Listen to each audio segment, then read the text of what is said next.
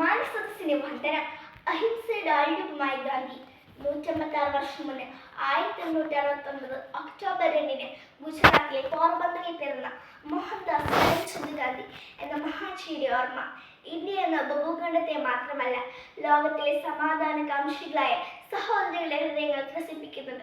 കൂട്ടുകാരെ, ഒക്ടോബർ 2 ഗാന്ധി ജയന്തി, മഹാത്മാഗാന്ധിയുടെ ജന്മദിനം. ലോകമനസ്സിൽ സത്യത്തിന്റെയും അഹിംസയുടെയും ആൾരൂപമായ ഗാന്ധി ഇന്ന് വീണ്ടും ഉയർക്കുകയാണ്. ജനകോടികളുടെ മനസ്സിൽ ഗാന്ധിസം എന്ന സമാധാന സന്ദേശമായി. കാലം കാണാൻ കുതിച്ചൊരുങ്ങിയ ഒരു സുന്ദര സ്വപ്നമായിരുന്നു ഗാന്ധി. രാജ്യഭരണം ആഭരണമണിച്ച ഇന്ത്യൻ ചരിത്രത്തിൽ നാട്ടുരാജ്യങ്ങളുടെ കലഹങ്ങളിലൂടെ വ്യവസായ കണ്ണുകളുമായി നുഴഞ്ഞുകയറിയ വിദേശ ശക്തികളെ അഹിംസയുടെ മാർഗത്തിലൂടെ ഇന്ത്യൻ മണ്ണിൽ നിന്ന് തുരത്താൻ പിറവിയെടുത്ത പ്രവാചക ജന്മമാണ് ഗാന്ധി. നിങ്ങളെ ഞാൻ അക്രമം പഠിപ്പിക്കുകയില്ല, കാരണം അതിൽ ഞാൻ വിശ്വസിക്കുന്നില്ല. എന്നാൽ ജീവൻ പോയാലും ആരുടെയും മുന്നിൽ തലകുനിക്കാതിരിക്കുന്ന എങ്ങനെയെന്ന് നിങ്ങളെ പഠിപ്പിക്കാൻ എനിക്ക് സാധിക്കും എന്ന് പ്രഖ്യാപിച്ചുകൊണ്ടാണ് ഉദാത്തമായ മാനുഷിക മൂല്യങ്ങളുടെ ചലിക്കുന്ന മന്ദിരമായ ഗാന്ധി ഇന്ത്യൻ നാഷണൽ കോൺഗ്രസിന് മുന്നിൽ നായകരായത്. സ്വാതന്ത്ര്യ സമരത്തിന് മുന്നണി പോരാളിയായത്. ഹിന്ദുയിസവും ജൈനിസവും ക്രിസ്ത്യതയും ഏറെ സ്വാധീനം ചെലുത്തിയ ഗാന്ധി മനസ്സിൽ ഭഗവത്ഗീതയും വിശുദ്ധ ബൈബിളിലെ അഷ്ടഭാഗ്യങ്ങളും ദൈവസ്വരമായി.